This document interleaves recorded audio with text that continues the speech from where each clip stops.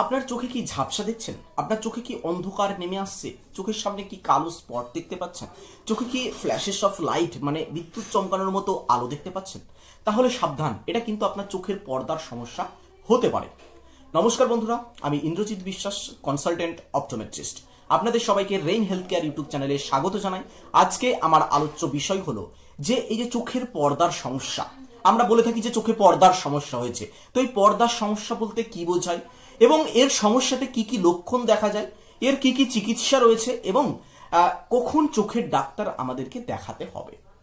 তো চোখের ভিতরে একটা পাতলা স্তর রয়েছে যেটাকে আমরা বলে থাকি রেটিনা, যেটাকে আমরা চোখের পর্দা বলে থাকি। তো এই রেটিনা কিন্তু আমাদের চোখের সবচেয়ে গুরুত্বপূর্ণ একটা পর্দা। এটা চোখের পিছনে থাকে, যেটা আমাদের আলোর ইমেজিং গ্রহণ করে এবং এক কথায় চোখের ছবি তৈরি করতে, আমরা যেটা দেখছি সেটা ছবি তৈরি করতে সাহায্য করে। এই ইমেজিংটাকে ব্রেনে পাঠাচ্ছে এবং ব্রেন থেকে আমরা সেটা দেখতে পাচ্ছি এক কথায়। তাহলে রেটিনা হচ্ছে আমাদের দেখতে সাহায্য করছে। প্রত্যেকটা যে পার্টস রয়েছে চোখের প্রত্যেকটা গুরুত্বপূর্ণ, কিন্তু রেটিনা যেটা হচ্ছে একটা সেন্সিটিভ লেয়ার, এটা একটা নিউরাল লেয়ার যেটা আমাদের চোখের যে দেখাতে বেশি গুরুত্বপূর্ণ। তো এই যে পর্দার সমস্যা যেটা বলা হয় সেটা মানে রেটিনার সমস্যা। তো এই যে পর্দার সমস্যাটা কিন্তু একবার হলে যতটা ক্ষতি হয়েছে সেটাকে কিন্তু রিকভারি করা নেক্সট টু ইম্পসিবল হয়ে যায়। তো এই পর্দার ক্ষেত্রে আমাদেরকে অত্যন্ত বেশি সজাগ থাকতে হবে এবং এই সমস্যাটাই এখন বেশি বেশি দেখা যায়। যেমন আমি আগের ভিডিওতে অলরেডি বলেছি যে চোখে স্ট্রোক, যেটা কিন্তু এই পর্দাতেই হচ্ছে। তো এই যে রেটিনার কোনো সমস্যা যদি আপনার দেখা যায় তাহলে কিন্তু আপনি ঝাপসা দেখবেন, আপনি অন্ধকার দেখবেন, চোখের সামনে ছায়া দেখতে পাবেন। হ্যাঁ, তো এই যে সমস্যাগুলো এটাকে আমরা পর্দার সমস্যা হিসেবে গণ্য করি। তো এইরকম যদি কোনো সমস্যা দেখা যায় তাহলে অবশ্যই একজন নিকটবর্তী চোখের ডাক্তারের সাথে আপনাকে দেখা করতে হবে, ওনার সাথে কনসালটেশন নিতে হবে। এই যে চোখের সমস্যা, পর্দার সমস্যা, এই পর্দার সমস্যাটাকে আমরা তিনটে ভাগে ভাগ করে থাকি। প্রথমত হচ্ছে রেটিনাল ডিট্যাচমেন্ট, মানে চোখের যে পর্দা সেই পর্দা যদি পিছন থেকে আলাদা হয়ে যায়, ডিটাচ হয়ে যায়, তাহলে সেটাকে আমরা বলে থাকি রেটিনাল ডিট্যাচমেন্ট। মানে হঠাৎ করে চোখ ঝাপসা হয়ে গেল, কিচ্ছু দেখা যাচ্ছে না, মনে হচ্ছে পর্দার মতো কিছু একটা চোখের সামনে পড়ে রয়েছে। দেন ডায়াবেটিক রেটিনোপ্যাথি, ডায়াবেটিক রেটিনোপ্যাথি যাদের ডায়াবেটিস রয়েছে সেটাতে রক্তনালীগুলো ক্ষতিগ্রস্ত হয়, শিরা ফেটে ব্লিডিং হয়ে যাচ্ছে, সেটাকে আমরা ডায়াবেটিক রেটিনোপ্যাথি বলা হয়। এই ডায়াবেটিক রেটিনোপ্যাথিতে দেখা যাচ্ছে হঠাৎ ঝাপসা হয়ে যাচ্ছে, এটা হচ্ছে একটা লক্ষণ মাত্র। তার সাথে সাথে রয়েছে 3 নাম্বার ম্যাকুলার ডিজেনারেশন। আমাদের চোখে রেটিনার একটা কেন্দ্রীয় স্থান রয়েছে যেটাকে আমরা বলে থাকি ম্যাকুলা। সেই ম্যাকুলাতে যদি ডিজেনারেশনও হয় তাহলে সেটাকে আমরা ম্যাকুলার ডিজেনারেশন বলে থাকি। তো এটার ক্ষেত্রে দেখা যাচ্ছে কোনো একটা লাইন সোজা রয়েছে সেটাকে বাঁকা দেখাচ্ছে, কোনো একটা জিনিসকে আমরা বাঁকা দেখছি, তার মানে সেটা ম্যাকুলার ডিজেনারেশন ঘটছে। তো কিভাবে বুঝবো যে আমার চোখের পর্দাতে সমস্যা হয়েছে? কিছু লক্ষণ রয়েছে, সেই লক্ষণগুলো দেখা দিলে আপনাকে বুঝে নিতে হবে আপনার চোখের পর্দাতে সমস্যা রয়েছে। যেমন হঠাৎ করে আলোর ঝলকানি বা বিদ্যুতের মতো একটা আলো চলে যাচ্ছে চোখের ভিতরে, যেটাকে আমরা বলে থাকি ফ্ল্যাশেস অফ লাইট, এরকম দেখা দিলে।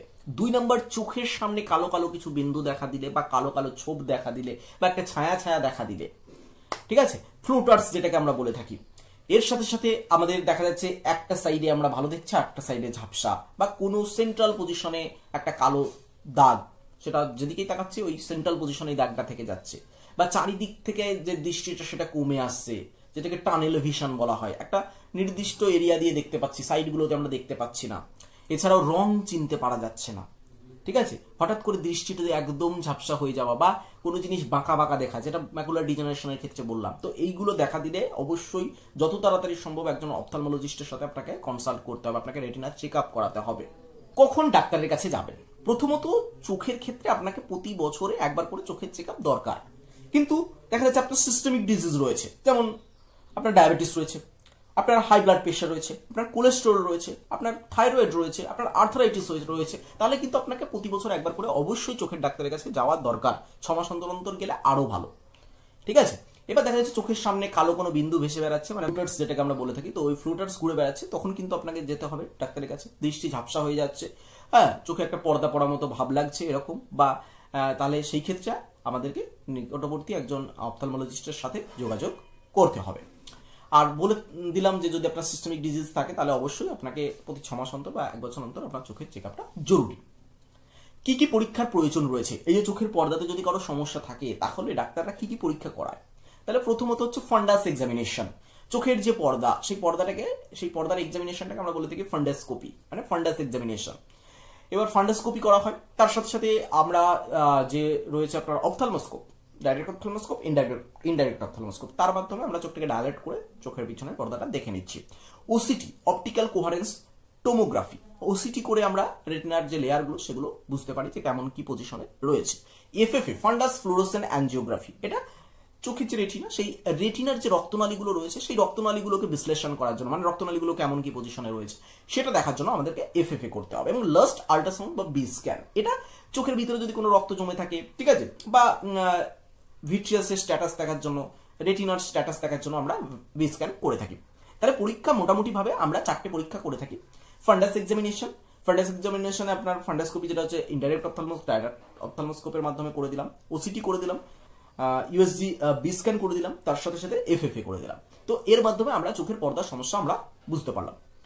তো এই যে চোখের পর্দা যদি সমস্যা থাকে তাহলে এটা দেরি করবেন না, যত তাড়াতাড়ি সম্ভব আপনাকে এর চিকিৎসা গ্রহণ করতে হবে, যতটা পারা যায় আপনার ভিশনটাকে বাঁচাতে হবে। তো চোখ আমাদের একটা গুরুত্বপূর্ণ অঙ্গ এবং এটাকে ভালো রাখাটা আমাদের খুবই দরকার।